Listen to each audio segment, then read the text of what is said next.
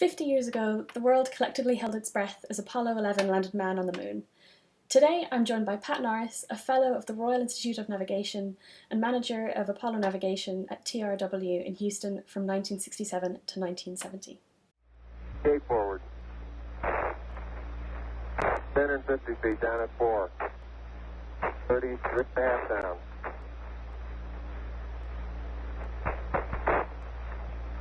They're pegged on horizontal velocity. 10 feet down, 3.5. 47 forward. Basically, they were off course. They'd overshot their intended landing site by about 5 or 6 kilometers. It was back to the east, and they were about a kilometer or so to the south of where they should have been. They were still inside what was called the landing ellipse. That's the oval-shaped region of the moon that had been designated as an appropriate landing site, but they were 5 or 6 kilometers away from the center of that site, which is where they would have liked to have landed. And Armstrong had to pilot the lunar module, the Eagle, manually to get out of an area where he could see the computer was going to take them down to an area that was full of boulders, and it was on the rim of a large crater. It was a rather dangerous area. So he took over manual control, and that allowed them to find a suitable place to land, a good flat place to land. The reason they were off course, they'd overshot, was that the trajectory information they'd been given 2 hours earlier was wrong. The process was that mission control would give them the latest, the best information available on the previous orbit of the moon, previous circuit around the moon, about 2 hours earlier. But that information was no longer accurate 2 hours later when they had come around. And after the mission, it was decided that there were 2 main causes for that error, for the trajectory being wrong after 2 hours. One was that there had been small bursts of the thrusters on the Eagle to fine-tune its pointing and to separate it carefully from the command module. But secondly, and probably the most important reason, was that the moon's gravity field was not accurately mapped at the time. It was known that it was very uneven, very rough, and attempts had been made to provide a more accurate mapping, but in practice it would be 20 years, would be in the 1990s before the gravity field of the moon was sufficiently well mapped to have allowed Armstrong and co. to have landed, given the information they had in their computer. Now, I led a team at a company called TRW. We were in support of NASA. We had a contract from NASA, and we were providing them with algorithms for the navigation from the Earth to the moon and back, and also in orbit around the moon.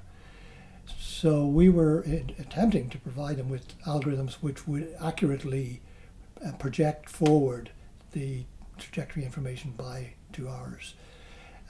We were mainly physicists, mathematicians, software engineers. We were based in Houston, just outside the Manned Spacecraft Center, about just a couple hundred yards from the main gate of the NASA site. And for the previous year, our main focus had been on this problem, the challenge of projecting forward the trajectory by one orbit, so that the lunar module would have the correct information when it started its descent.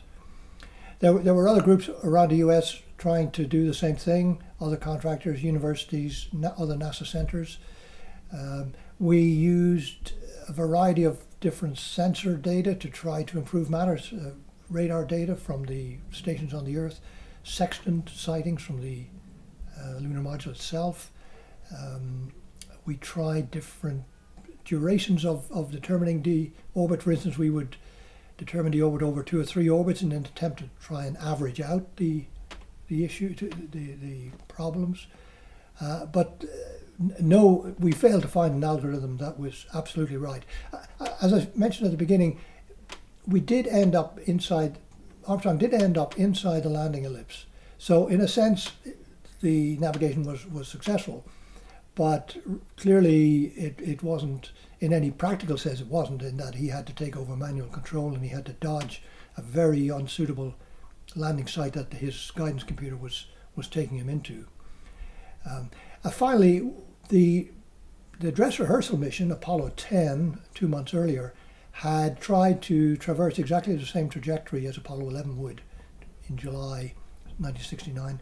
And Apollo 10, we had found the same problems, couldn't predict forward one orbit accurately. But it was hoped that by Apollo 11 following precisely as possible the track of Apollo 10, then the errors incurred would be the same as happened on Apollo 10, which we had worked out. And so if that were the case, then Apollo 11 would have been bang on target. But it turned out that the errors on Apollo 11 were different from the errors on Apollo 10.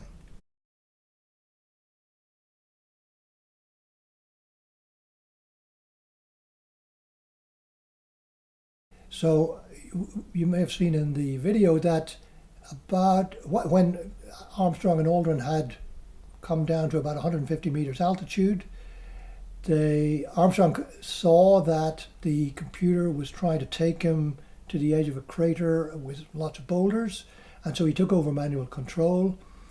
He stopped descending pretty much. Instead of descending about 40 feet per second, he was down at about 4 feet per second or 5 feet per second. So he was essentially flying horizontally.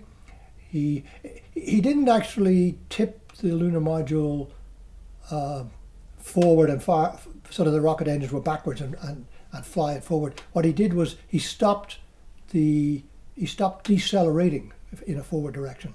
So the momentum they already had from orbiting the moon kept them going in an easterly direction, which allowed him to get clear of the boulder field, and he used the motors of the Eagle to stop the descent, so to keep it on a horizontal path.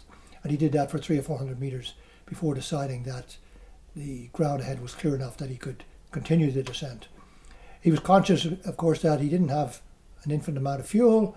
There was a lot of concern at the time. Mission Control was getting quite nervous. You could hear it in their voices calling out the amount of fuel left, 1 minute, 30 seconds, 80%, phrases like that. But actually, it turned out that Armstrong used about the same amount of fuel as almost all the later Apollo missions.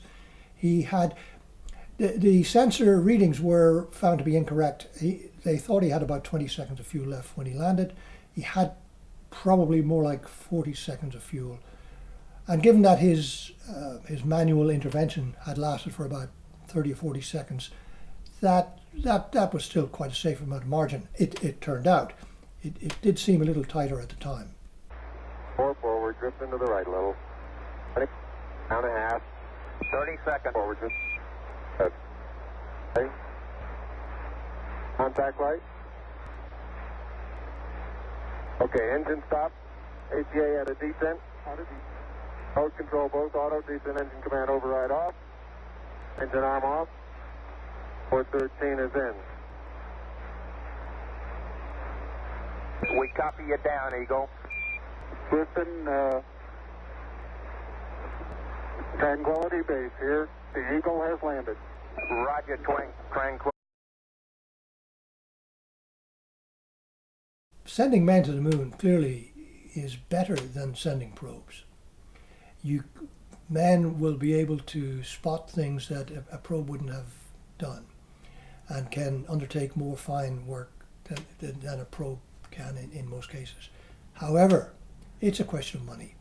The question you have to ask really is, for the same amount of money, could I get more science done with multiple probes than I can with 1 or 2 manned missions?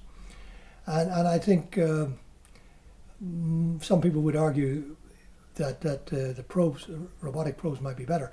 I think for the moon especially, it's difficult to justify sending humans because the round-trip radio delay for a probe on the moon is just a couple of seconds, 2 or 3 seconds.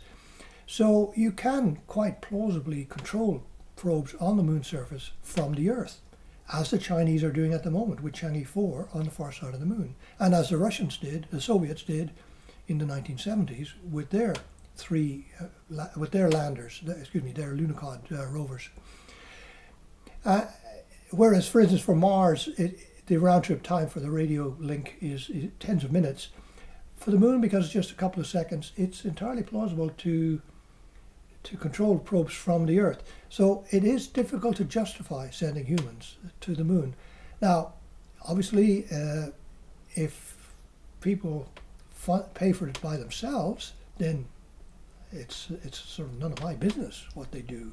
But in terms of the trade-off between humans and robotic probes, I think for the moon, robotic probes, particularly when they can be controlled remotely from the Earth, it's hard to imagine that anything else would be as cost effective.